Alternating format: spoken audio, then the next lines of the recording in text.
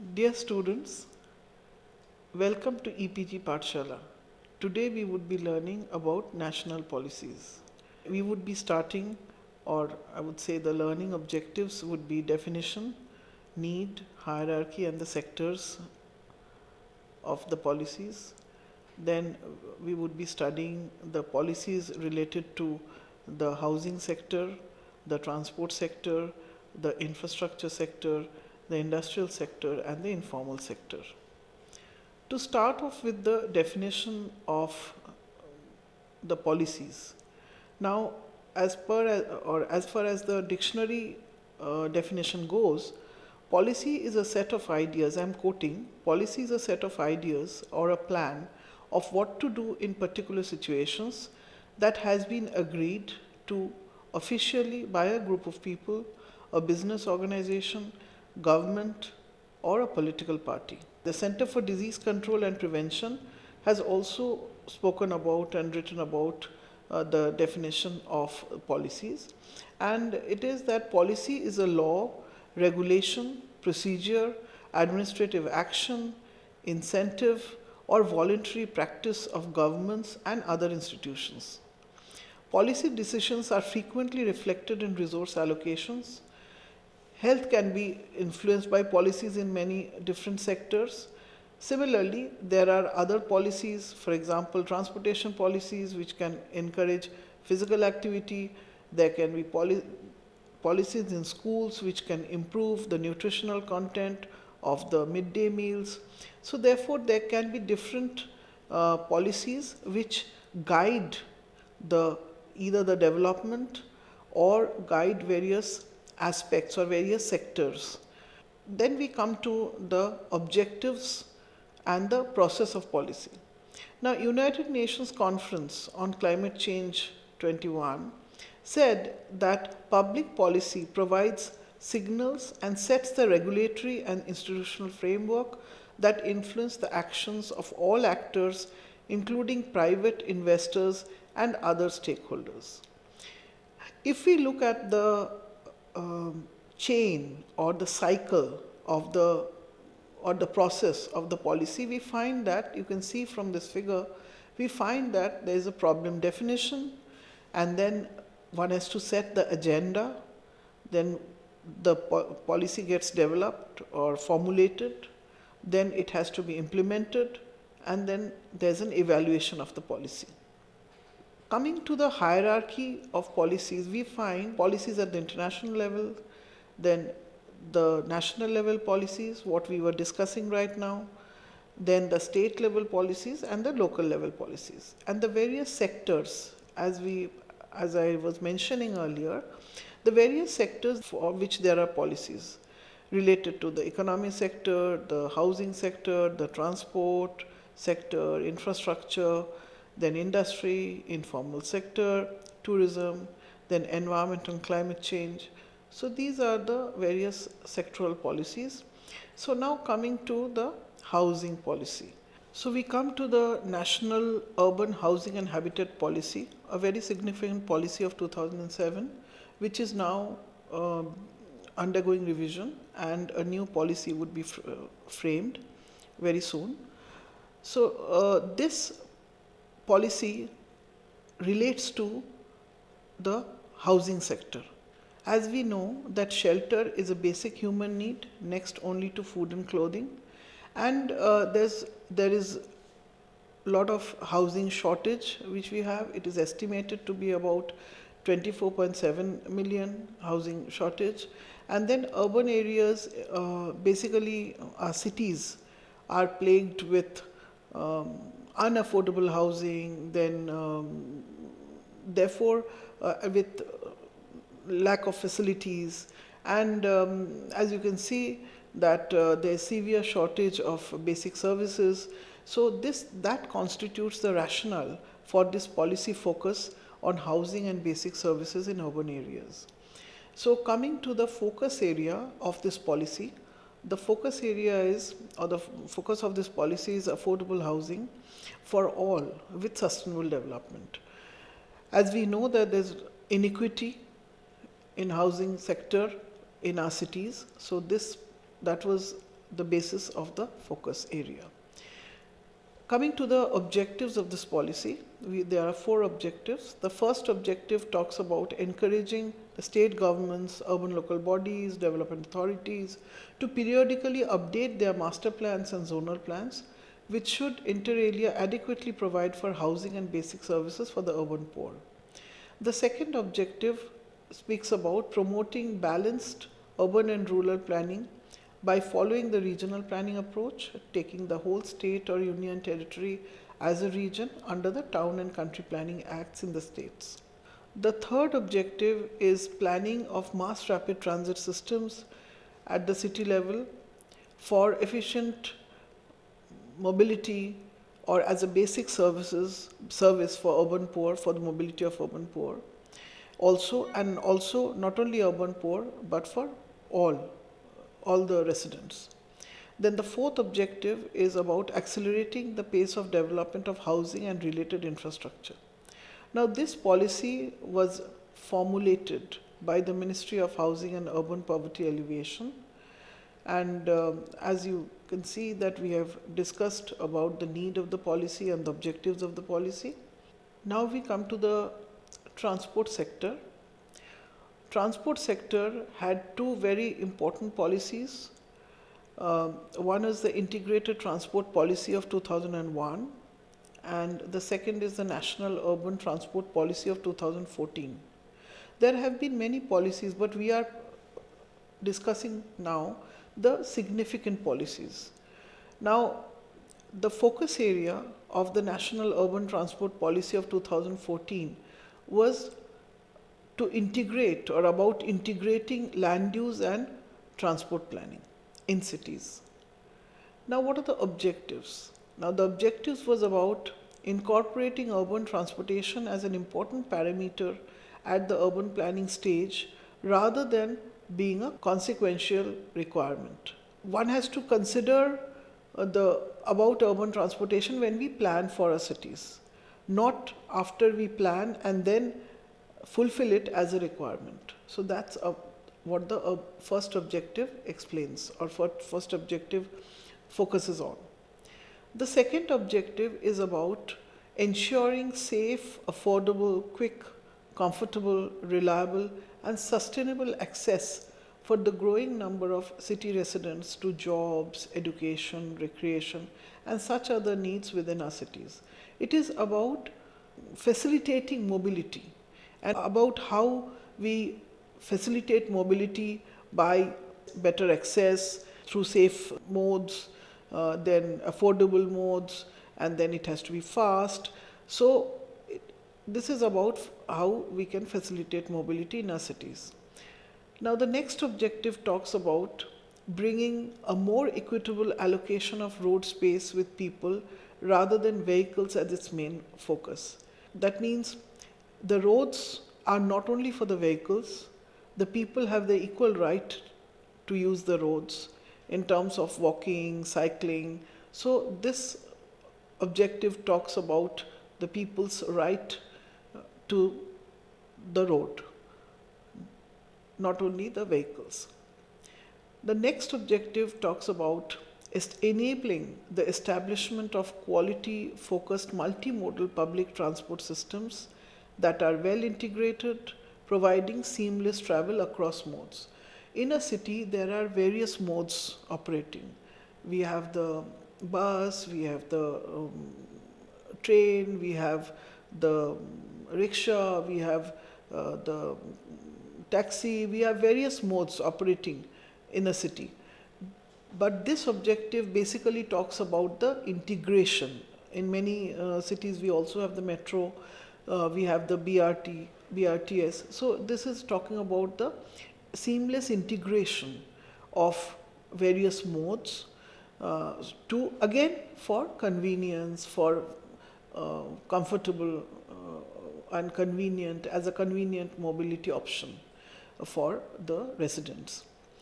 The next objective is about establishing effective regulatory and enforcement mechanisms that allow a level playing field for all operators of transport services and enhanced safety for the transport system. So this as it explains, as it is explained in this, it is about that safety, how we can establish safety and we can have regulatory mechanisms. The last two objectives speaks about speak about introducing intelligent transport systems or ITS for traffic management, which is very essential for any city, of cities of any size class. How do we manage the traffic which is in the city?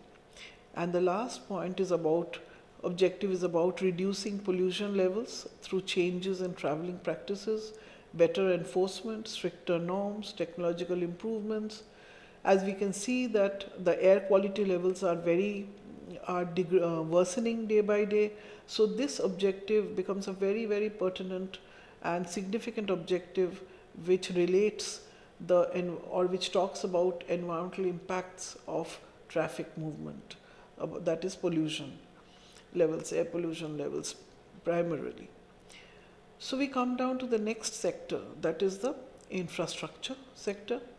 We have, as we know, that infrastructure, there is a physical, there's a main component which is the physical infrastructure, and then we have the social infrastructure. And in physical infrastructure, we speak about water, we speak about sanitation, we speak about garbage, and then power. And in the social infrastructure, we have the education aspects, health aspects, recreational aspects, civic facilities, all that. So now we see that the important policies for this sector, if we list out, we find that there was this National Water Policy of 1987, then there is the National Urban Sanitation Policy of 2008, then there is this National Electricity Policy of 2005, National Policy on Education of 1968, and National Policies on Health of 1983. Now we come to the National Water Policy. Now, National Water Policy of 1987 is, what was the need of this policy? Let us see. As we know that the water is one of the most crucial elements in planning, life cannot sustain without water. So therefore, as the cities grow, we find that there need to be efforts to develop, conserve, utilize, and manage this very important resource, and that is the basis on which this policy is rooted. The need for this policy, therefore, is clear. Water is a scarce and a precious national resource to be planned, developed, and conserved as such, and on an integrated and environmentally sound basis, keeping in view the needs of the states concerned. So we now come to the focus area of this policy. The focus area is about drinking water, about irrigation, about hydropower, about navigation, about industrial and other uses. So the focus area of this policy is not restricted to only the city area. It is also talking about the agricultural requirements, about the city requirements, and then also about using water for navigation, then and the other sectors like industrial and other uses. So water is at the national level, how to judiciously utilize and effectively utilize water. That is the purpose of this policy.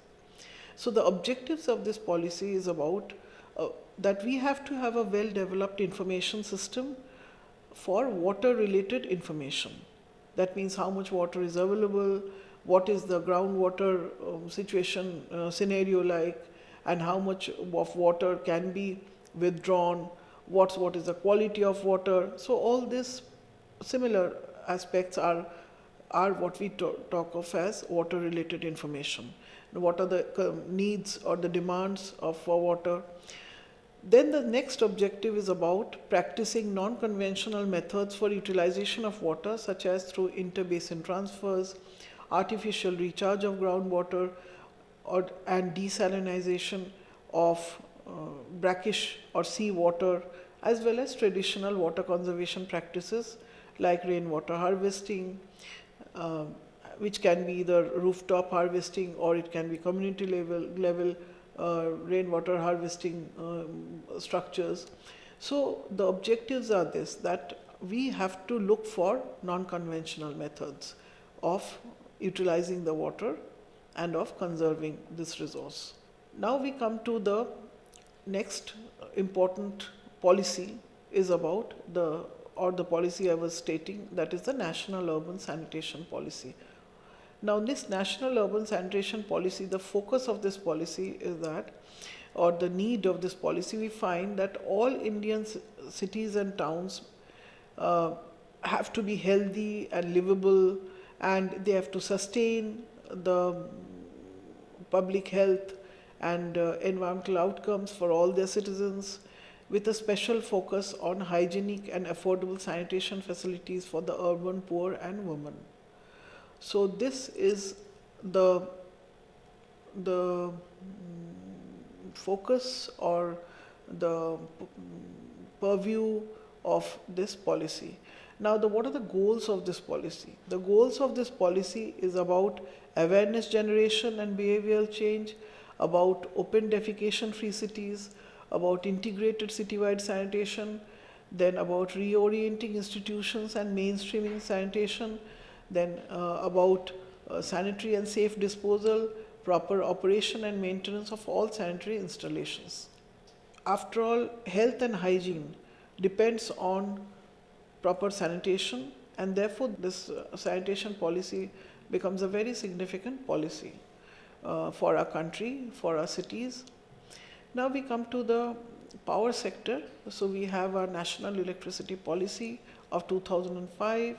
As we know that power is we increasingly consume power for various purposes at the city level, beyond the city level, for agricultural purposes, and for various as bulk consumers, power is required. So therefore, the focus area, it aims at, this policy aims at laying the guidelines for accelerated development of the power sector, providing supply of electricity to all areas, protecting the interests of consumers and other stakeholders, keeping in view the availability of energy resources, technology available to exploit these resources, the economics of generation using different resources, and energy security issues. So we have to have power to run machines, to run our cities in order for the city to function, we need power. So therefore, this policy was formulated to guide how power can be effectively utilized and demand can be met. So therefore, we come now to the objectives, that is the access to electricity. The first objective, that it has to be available for all households in the next 5 years, and the availability of power, that the demand has to be fully met, and energy and peaking shortages need to be overcome, and adequate spinning reserve need to be available. The supply of reliable and quality power of specified standards in an efficient manner and at reasonable rates. Many a times power is not affordable, and then we do not have quality power. So one of the main objectives of this policy is about quality and about affordability. Then the next objective is about per capita availability of electricity, how to increase it. So it is stated that per capita availability of electricity to be increased to over 1,000 units. Now, then we come down to the minimum lifeline consumption of 1 unit per household per day as a merit good. So there are targets put up, there are targets fixed as part of this policy. And then the policy also speaks about the financial turnaround and commercial viability of the electricity sector, and also about protection of consumers' interests, because power is actually the lifeline of the country to function, and therefore this policy becomes very important for cities, for the region, and for the country as a whole. Now, next is about the national policy on education. We had a series of policy on education, which is the social, as part of social infrastructure. We had the national policy on education of 1968, followed by national policy on education in 1986, followed by again the national policy on education 1992, and we had the latest policy on education, which is the 2016. It was developed by or formulated by the Ministry of Human Resource Development, and the focus of this proposed new policy, the latest policy on education, is on improving the quality of education and restoring its credibility. It seeks to create conditions to improve the quality of teaching, learning, assessment, and promote transparency in the management of education. People need to be educated in order or so that the country progresses, and therefore this policy becomes very important policy. And the objectives of this policy talks about encompassing 4 essential components, that is about building values, about creating awareness, about generating knowledge, and about developing skills. So all these are required if we really want the nation to progress. Now, the need of this policy is rooted in the criticality of education for social, economic, and political transformation, as I was speaking about. It is about the role of education in inculcating values, then about providing skills and competencies for the citizens, about enabling to contribute to the nation's well-being, about strengthening the democracy by empowering the citizens, about acting as an integrative force in society and fostering social cohesion and national identity. So, coming from this very significant national policies on education, the next sector pertaining to social infrastructure is the health sector, which is again important because the country needs healthy citizens, healthy people, not only healthy citizens, healthy people. So therefore, how do we ensure that? So this national policies on health, as similar to the education policy, there were a series of policies. So there was this National Health Policy of 1983, National Health Policy of 2002, is the National Health Policy of 2017. So these policies now, the need or the focus area of these policies is that it aims at achieving universal health coverage and delivering quality healthcare services to all at affordable cost. Because many a times we see that healthcare becomes unaffordable for a large section of society, and then so therefore the coverage is many a times become very poor. So the aim of this policy is to overcome these problems, and the objective of this policy, National Health Policy of 2017, is to achieve the highest possible level of good health and well-being through a preventive and promotive healthcare orientation in all developmental policies, and to achieve universal access to good quality healthcare services without anyone having to face financial hardship as a consequence. Now, the need of this policy, as I was stating, that healthy people, or health is prime. As we all know, health is wealth, as the saying goes. So the need of this policy is to inform, clarify, strengthen, and prioritize the role of the government in shaping health systems in all its dimensions, that is investment in health, organization and financing of healthcare services, prevention of diseases, and the promotion of good health through cross-sectoral action, access to technologies, developing human resources, encouraging medical pluralism, building knowledge base required for better health, financial protection strategies, and regulation and progressive assurance for health. And the policy emphasizes reorienting and strengthening the public health institutions across the country so as to provide universal access to free drugs, diagnostics, and other essential health care. So they're basically about strengthening the healthcare infrastructure in the country. Then we come to the next sector, that is the industrial sector. So the industrial sector, we have the industrial policy of 2017 is the latest policy, but there have been again a series of policies. We have, to start off with, we have the industrial policy of 1948, followed by the industrial policy of 1991, and the latest one, as I said, the industrial policy of 2017. And it was formulated, industrial policy was formulated by the Ministry of Industry and Commerce.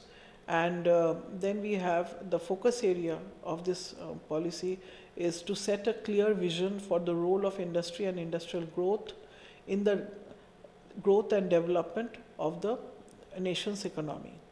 And the objective was to develop a globally competitive Indian industry with skill and scale through engagement of stakeholders and which would leverage the technology. And it also talks about ensuring that it embeds into itself sectoral objectives and provides an overarching umbrella policy framework. It also speaks about deciding on the time frame for implementation of the policies considering the global and national economic scenarios. Industry is one of the prime drivers of the growth of our country, and therefore this policy becomes very important, which guides that how would this driver be, and what sort of, how would it ensure in driving the nation's economy. Then we come to the next sector, which is the informal sector. Now, informal sector develops or generates because the formal sector or the formal activities, people cannot get absorbed in the formal activities. Then there are demands. For the demands are not always met by the formal sector, and therefore informal sector comes up. The policies for this informal sector is the main, the very landmark policy is the national policy on urban street vendors. We know that informal sector contributes to a great extent to the national economy. So this policy on urban street vendors acknowledges that yes, these street vendors also need to be looked at, and their needs, demands need to be looked at. So therefore, the aim of this policy was to ensure that this important occupational group of the urban population finds due recognition at national, state and local levels for its contribution to the society, aims at giving street vendors a legal status. Each street vendors are generally should be registered with the supervision of a town vending committee or TVC, and need to have an identity card with a code number and category, so that at least one knows who are the street vendors and how many of them are there. So the objectives are about providing for and promoting a supportive environment for the vast mass of urban street vendors to carry out their vocation, while at the same time ensuring that their vending activities do not lead to overcrowding and unsanitary conditions in public spaces and streets, because the formal or the street vendors are basically in areas where their business is, and it is mainly in these streets, in squares, or near transport terminals, near malls, near marketplaces, where they can sell their wares. So therefore, at the same time, one needs to allow this activity, but at the same time one has to see that how to overcome the problems which this activity brings in. The specific objectives of this policy is about providing legal status, about providing civic facilities, about transparent regulations, about organizing the vendors, about participative processes, about self-regulations, and about promotional measures. As we said, the town vending committee. So we see that there are, as planners, we need to see that how do we plan for these vending zones, that means zones where these street vendors can be. So therefore, the national policy introduces 3 zonal categories. One is restriction-free vending zones, second is restricted vending zones, and the third is no vending zones. So this can be applied to any city, and we can see that how this vending zones, we can plan for these vending zones and this different typology of vending zones in the planning of cities. Then we see that the national policy has also proposed three measures to manage and organize street vendors, that is promulgating zoning laws for stationary street vendors, because street vendors are either stationary or mobile. So one is the zoning laws for stationary street vendors, then instituting the participatory town vending committees or TVCs, then promising some sort of form of social security measures for the street vendors. So these are the three measures or aspects which the policy has spoken about. Then we have a very important economic activity, that is tourism, which is prevalent in the entire country. So tourism, we have the National Tourism Policy, which is draft. But prior to this, we had again series of policies. We have National Tourism Policy of 1982, followed by the National Tourism Policy of 2002, which has come up with the 7S or guidelines for tourism development in our country. So we come to the next detailing out of this National Tourism Policy of 2015, and the focus area is about employment generation, about community participation, about development of tourism in a sustainable and responsible manner, domestic tourism as a major driver of tourism growth, then emphasizing on technology-enabled development and promotions in established source markets and potential markets, and also developing and positioning India as a must experience and a must revisit destination for global travelers, whilst encouraging Indians to explore their own country. Now, as I was referring to the National Tourism Policy of 2002, we have the 7S or the 7 keys which this policy provided for tourism development. First S was about Swagat, that is welcoming the tourist. Second is about Suraksha, that is providing safety to the tourist. Third is about Safai, that is about cleanliness. Fourth is about Sahyog, that is cooperating with the tourists. Then Samrachna, that is about infrastructure development. There's a lot of tourist infrastructure. We need hotels, we need travel operators, we need various tourist spots to be developed. So there's a lot of tourist infrastructure which needs to be developed. And then the last is Suchna Suvidha. Suchna Suvidha is facilitation, information, communication and facilitation. So these 7 aspects are the keys of the National Tourism Policy of 2002, as I was referring to. So now we come to the very important aspect, which is degrading day by day, is about environment and climate change sector. And we have the National Environmental Policy of 2006, focuses on preventing environmental damage from occurring in the first place, rather than attempting to restore degraded environmental resources. There have been various other policies before this National Environmental Policy, like the forest policy, and then various other policies have been there, but policies relating to various areas like arid areas, then coastal areas, there have been, but this environmental policy is an overarching umbrella policy, which the objectives of which this policy is about conservation of critical environmental resources, about intra-generational equity, that is about livelihood security for the poor, about intergenerational equity, about integration of environmental concerns in economic and social development, about efficiency in environmental resource use, about environmental governance, and about enhancement of resources for environmental conservation. Now, the objectives stated above are to be realized through various strategic interventions by different public authorities at various levels, that is at central level, state level and local government levels, and would also be the basis of diverse partnerships.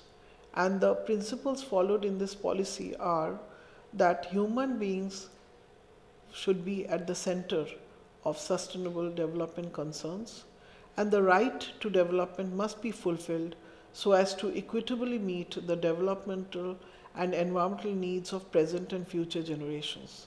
It is about sustainability. We should be the trustees for the future, trust for the succeeding generations or for the future generations. So the present generation as environmental trustees for the future generations. That is the concept, and that is the basis of this policy. So in order to achieve sustainable development, environmental protection constitutes an integral part of the development process and cannot be considered in isolation from it. And where there are credible threats of serious or irreversible damage to key environmental resources, then lack of full scientific certainty shall not be used as a reason for postponing cost-effective measures to prevent environmental degradation. And in various public actions for environmental conservation, economic efficiency would sought to be realized. So basically, we have to overcome, or we have to see to it that whatever activities we do or we have should have least impact on our resources, and so that we can, and our resources need protection, so that we can use these resources for a long time in future, and that development should not be at cross purposes with environment, but it should be with consonance with an environment. So that this is the premise on which these policies are built. So dear students, today we have learned about the national policies, about the definition, the need, the hierarchy and the various sectoral policies, starting from housing sector to the transport sector to infrastructure sector to industrial sector and the informal sector, tourism sector, environment and climate change sector. Now these policies, how does it relate to planning? Policies are the guidelines which a plan needs to follow. And urban planning, these policies, when we plan for our cities, for its development, we need to take care of these policies. Many a times, policies are at conflict, they are conflict with each other. But then putting together these policies into a coherent whole and utilizing and applying these policies into the plan is the challenge which every planner has to face. And because the policies guide various sectors and which the sectors which are in the cities, so therefore we the knowledge of these policies or what we learn today is helpful when we plan our cities. Thank you.